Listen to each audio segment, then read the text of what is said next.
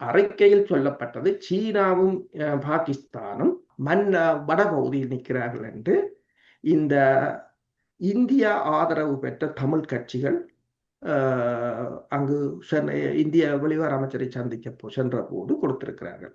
அதாவது அது கொடுத்த சரி, இப்ப நீங்கள் தமிழர் சார்பாக போகவில்லை, இந்தியாவின் புலனாய்வுத்துறையாக போயிருக்கிறீர்கள். அதுதான் ஒரு சிரிப்பான விடயம். நீங்கள் போய் இந்தியா ரோ செய்கிற வேலைக்கு இருக்கிறீர்கள். இங்க சீனாக்காரன் 40 பேர் பாகிஸ்தான்காரன் 40 பேர் நிற்கிறான், சீனாக்காரன் 40 பேர் இருக்கிறான், மற்றது இந்தியன் இடத்துல நிற்கிறாங்க. அவங்க வந்து பாகிஸ்தான்காரன் வந்தது கன்ஸ்ட்ரக்ஷன் ஒர்க் என்று சொல்லித்தான் அவங்களுக்கு இமிகிரேஷன்ல அடிச்சுக்கிட்டு இருக்குது. அப்ப அவங்க லீகலா தான் நிற்கிறாங்கன்னு சொல்றாங்க. அவங்க படகை எடுத்துக்கொண்டு அந்த மன்னார்ன்ற தீவு வரையும் போயிருக்கிறாங்க. அந்த தீவிட பேர் மறந்துட்டாங்க, மணல் திட்டு என்று சொல்றது. அது வரையும் போயிருக்கிறாங்க. அதுக்கு அங்கால இலங்கை நேவி விடையில. உங்களுக்கு தெரியும் பேர், நான் 2 வருடத்துக்கு முதல் சீன தூதுவர் போனவர், மன்னாருக்கு போய் அந்த திட்டு வரையும் போனவர். ஆனால் அதற்கு முதல் இந்திய தூதுவர் போனவர். ஆனால் இந்திய தூதுவரை அந்த திட்டுக்கு போக இலங்கை விடவில்லை. கடல் கொந்தளிப்பு திருப்பி அனுப்பிட்டாங்க. இப்ப இலங்கை அரசு எப்பவும் இந்தியாவுக்கு எதிராக தான் நிற்கும். அது பிறகு சீன தூதுவரை விட்டவங்க, அது வரையும் போய் இறங்கிட்டு வந்தவர். இந்த பாகிஸ்தான்காரங்க தாங்களை இலங்கையிட்ட பெர்மிஷன் அளிக்க தாங்களை அந்த படகு எடுத்துக்கொண்டு போனோம்னு சொல்றாங்க. அதுக்கு அப்புறம் திரும்பி வந்தது.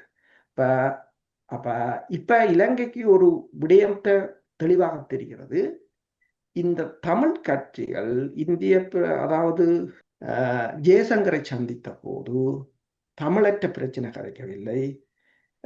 அங்க போய் கதைச்சது 13 டைம். அது வளமையா கதைக்கிறாங்க. அது எந்த கூட்டத்துல எதை கதைக்கிறேன்னு கூட அவங்களுக்கு தெரியாது.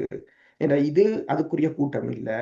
அங்க போய் 13 சுயாட்சி, மாகாண சபை அப்படித்தான் கதைச்சது. ஆனா அவன் வந்தது நிவாரணம் கொடுக்க.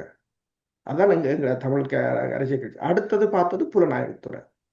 அப்ப இப்ப இலங்கை அரசாங்கம் தேடுதல் சொன்னா இந்த தகவல் அறிக்கையா கொடுத்திருக்கு. யார் அந்த அறிக்கையை எழுதினது என்றான் இப்ப அவன்றது. அந்த சந்திப்புக்கு பிறகுதான் உங்களுக்கு தெரியும். இப்ப டக்ளஸ் தேவானந்தா இந்த மாதுங்க மகேஷ் என்று நினைக்கிறேன் பேர், நான் மறந்துட்டேன். அவருக்கு ஆயுதம் கொடுத்த தொடர்பாக சிஐடி கண்டுபிடிச்சது இப்ப 2019ஆம் ஆண்டு.